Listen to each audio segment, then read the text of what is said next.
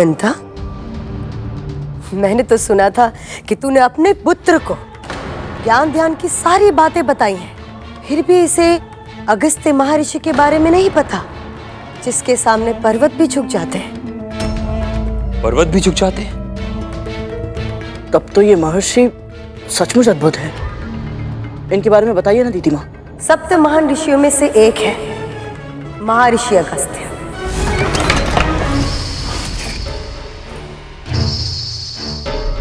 इतने शक्तिशाली हैं, इतने शक्तिशाली कि एक बार उन्होंने विशाल पर्वत को भी विवश कर दिया था अपनी आज्ञा मानने के लिए।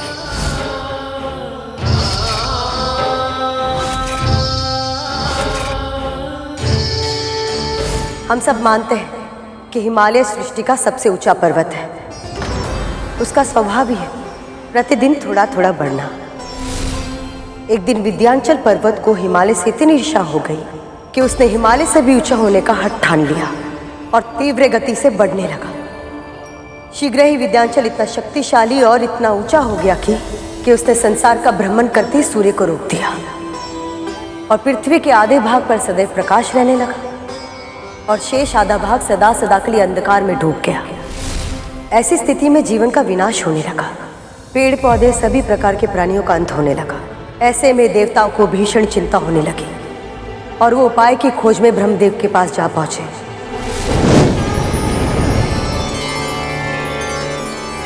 प्रणाम ब्रह्मदेव।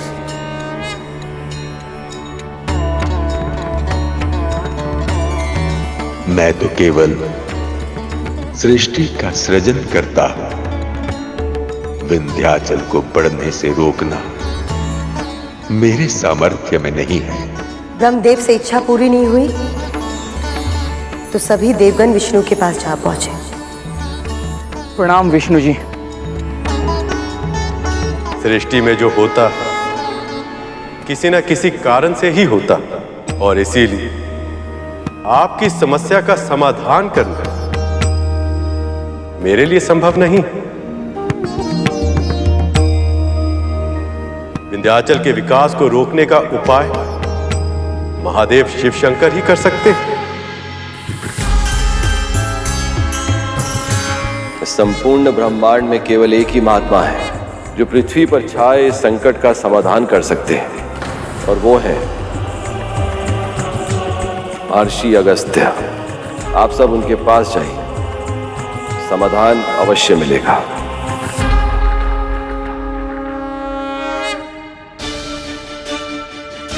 प्रणाम अगस्त्य ऋषि। विंध्याचल से भी बड़ा उसका अहंकार है। एक बार वो अहंकार समाप्त हो जाए तो आपकी समस्या अपने आप समाप्त हो जाएगी। पर उसका ये अहंकार समाप्त कैसे होगा?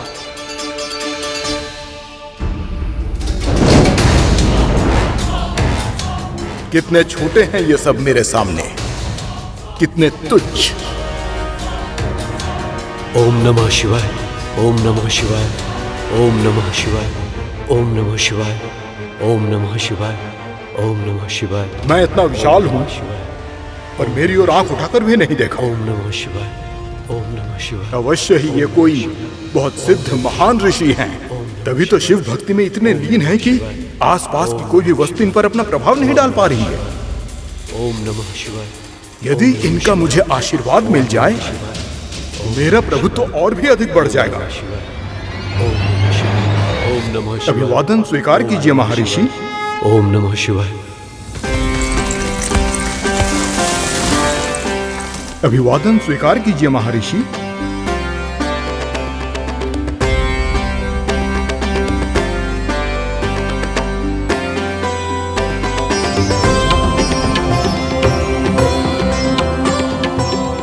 कितना मनोहर है ये सब, ये धरती, ये आकाश। इन्हीं सब से तो मेरी सुंदरता भी है। ऋषि श्रेष्ठ, मुझे दर्शन देने के लिए आपका बहुत बहुत धन्यवाद। कृपया बताएं, आपके सम्मान में मैं क्या कर सकता हूं? ऋषि अगस्त्य। मैं दक्षिण दिशा की ओर जा रहा हूं। पर्वत श्रेष्ठ, जब तक लौट कर नहीं आता हूं आप ऐसे ही रहिएगा, दंडवत प्रणाम की मुद्रा में। यही मेरा उचित सम्मान होगा। जो आज्ञा महर्षि। महर्षि अगस्त्य ने उस दिन के बाद फिर कभी विद्यांचल पार नहीं किया। वो वहीं दक्षिण में ही बस गए। पर उनकी असीमित शक्ति का प्रमाण देता है विद्यांचल पर्वत आज भी उनकी लौटने की प्रतीक्षा में वैसे ही है, दंडवत मुद्रा में भूमि पर लेटा हुआ। पर आज वो अभिमान से रहित है और सृष्टि के विकास में अपना योगदान दे रहा है। यह तो सचमुच बहुत महान ऋषि है। इनके दर्शन करना तो सौभाग्य की बात होगी। इतना अधीर मत हो गरुड़। अभी तक उनके व्यक्तित्व के एक ही पक्ष के बारे में जाना है तुमने,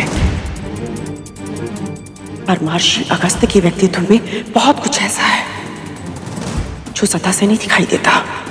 उनके बारे में जानने के लिए गहराई में उतरना होगा। तेरे पिता महर्षि कश्यप बहुत शांत है। उन्हें देखते ही शीतलता का अनुभव होता है, किंतु वही दुर्वासा ऋषि, जिन्हें देखते ही क्रोध की अग्नि का अनुभव होता है, किंतु महर्षि अगस्त्य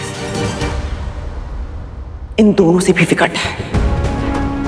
उनका व्यवहार अप्रत्याशित होता है। वो कब क्या करेंगे, किस पर प्रसन्न होंगे, किस पर क्रोधित होंगे और किसको अपना वरदान देंगे और किसको अपना श्राप, इसका अनुमान लगाना असंभव है।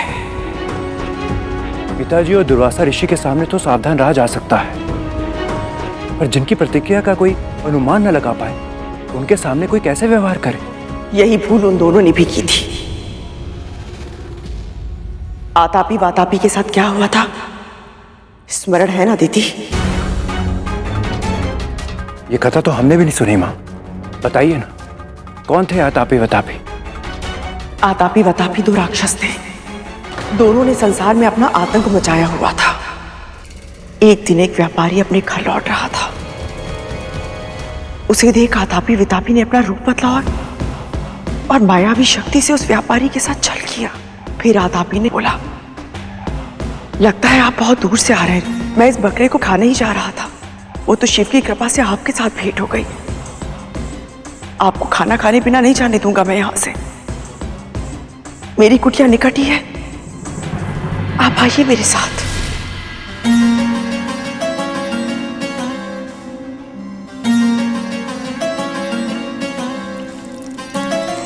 भोजन बहुत ही स्वादिष्ट बनाया था आपने।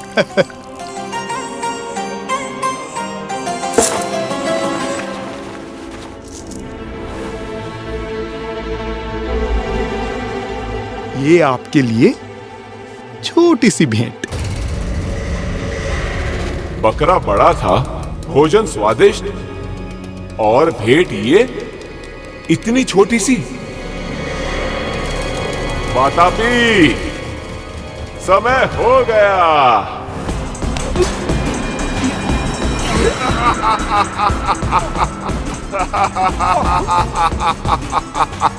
वातापी,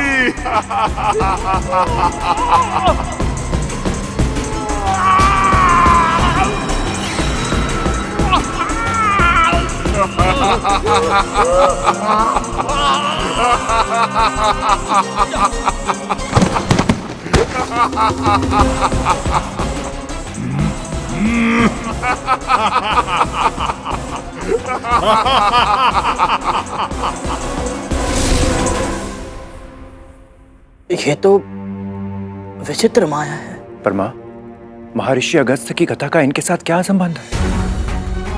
एक दिन महर्षि अगस्त्य भी उसी मार्ग से जा रहे थे। ओम नमः शिवाय, ओम नमः शिवाय। तभी आतापी वातापी की दृष्टि उन पर पड़ी। ओम नमः शिवाय, ओम नमः शिवाय। पल भर में उनके मन में लोभ और जीवा में पानी आ गया। ओम नमः शिवाय, ओम नमः शिवाय। आतापी वातापी आज महाभोज का आनंद उठाएंगे। ये ढोल सब पेट फाड़ेंगे और स्वाद से खा जाएंगे। लगता है बहुत दूर से आए हैं ऋषिवर। देखिए, बिन भोजन मैं आपको जाने नहीं दूंगा। निकट ही मेरी कुटिया है, तो आइए।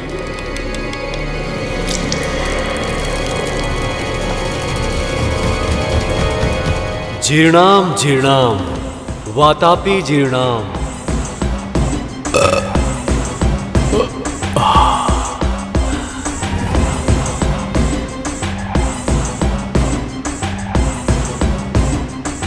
वातापी, वातापी, समय हो गया।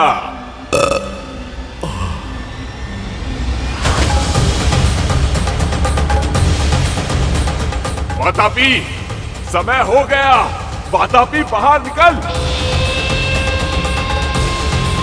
क्या किया है तूने मेरे भाई के साथ ऋषि? बता तूने क्या किया है? कहाँ है मेरा भाई? तुम्हारा भाई? मैंने कहा था, तुमने सुना नहीं?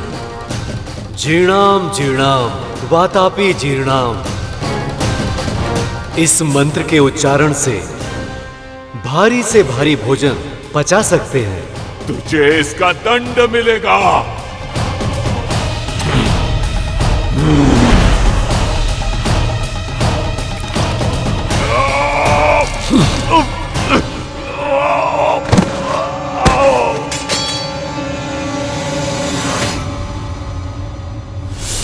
यदि अगस्त ऋषि इतने ही अप्रत्याशित हैं कि कब क्या करते हैं कहा नहीं जा सकता, तो क्या वो गरुड़ से प्रसन्न होकर इसे अपनी इच्छा से नोनी का साग देंगे?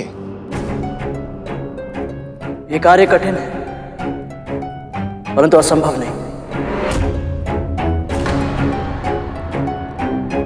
महारानी, नोनी का साग मैं ले आऊंगा, वो भी समय से पहले।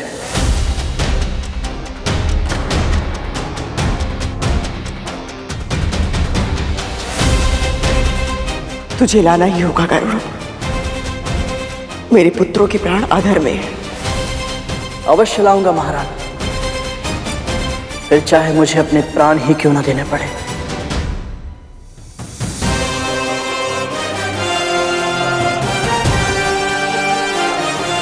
आज्ञा दीजिए।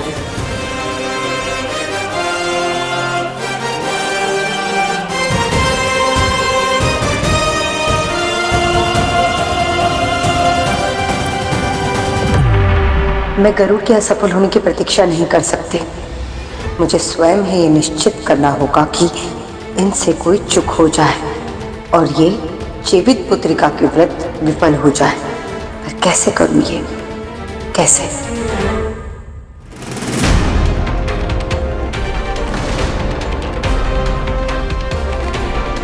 सूर्यदेव अस्त होने ही वाले हैं। मुझे शीघ्रता करनी होगी।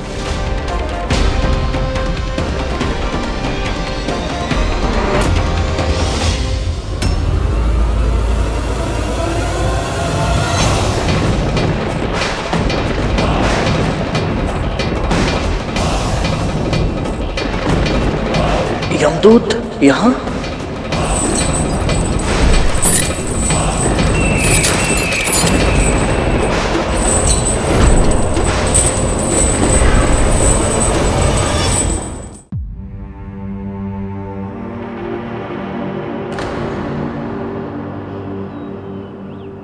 क्या देख रहा है गरुड़?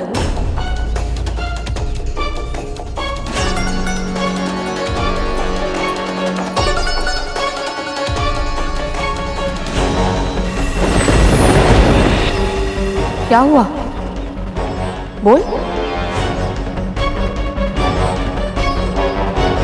पता नहीं मां, विचित्र सा भय लग रहा है। मैं जानता हूं मैंने क्रोध में आकर अपने भाइयों को कहा था, यदि उन्होंने आप पर अत्याचार किया तो मैं उन्हें ऐसी अवस्था में पहुंचा दूंगा कि वो ईश्वर से अपनी मृत्यु की कामना करेंगे। और आज जब सच में उनके प्राण संकट में है तो बोले गए शब्द धनुष से छूटे तीर की तरह होते हैं गरुड़। चाहकर भी उन्हें वापस नहीं लौटाया जा सकता। पर इस समय तो इन नकारात्मक विचारों को मन में मत आने दे। अभी जो कार्य करना है उस पर ध्यान दे। सच कहूं तो इस आपदा में भी एक वरदान मिला है तुझे। हाँ गरुड़, महर्षि अगस्त्य से भेंट का अवसर किसी सौभाग्य से कम नहीं है। जब वो तेरे सामने आए ना, तो तू उन्हें दंडवत प्रणाम करना। तब तक भूमि से मत उठना जब तक वो तुझे आशीर्वाद ना दे दे। यदि उन जैसे महान ऋषि का वरद हस्त तेरे सर पर होगा तो तेरे भाइयों के साथ कोई अहित नहीं होगा। गहरी श्वास ले गरुड़, अन्य सभी चिंताओं को अपने मस्तिष्क से निकाल दे। अपने मन को विचार शून्य कर ले। केवल वर्तमान में जो कार्य करना है ना, उस पर ध्यान केंद्रित कर।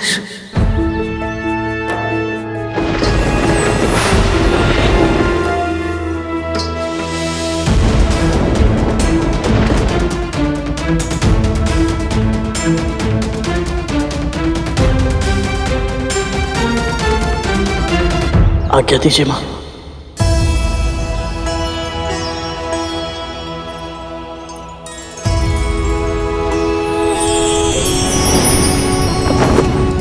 हे नारायण, इसे सफल बनाइए।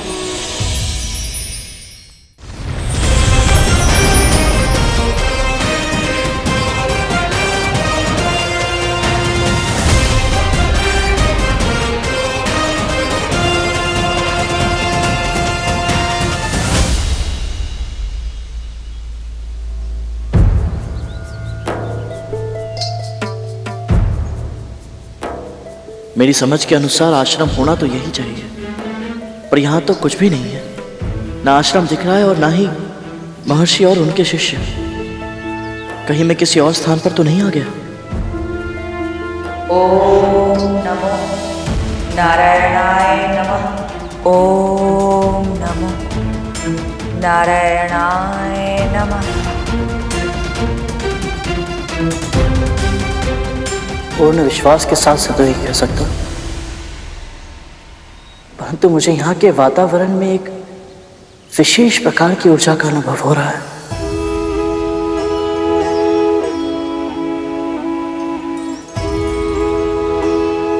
यदि आप सब महर्षि अगस्त्य की साधना शक्ति के साक्षी रहे हैं, तो कृपया मुझे भी उनकी आभा का दर्शन करवाइए।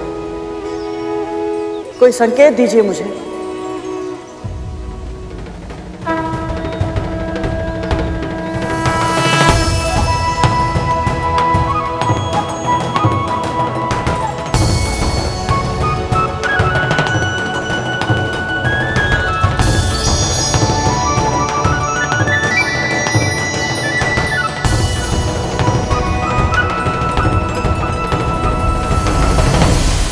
इसका अर्थ यह है कि मैं सही स्थान पर हूं। अब बस महर्षि के दर्शन प्राप्त हो जाए।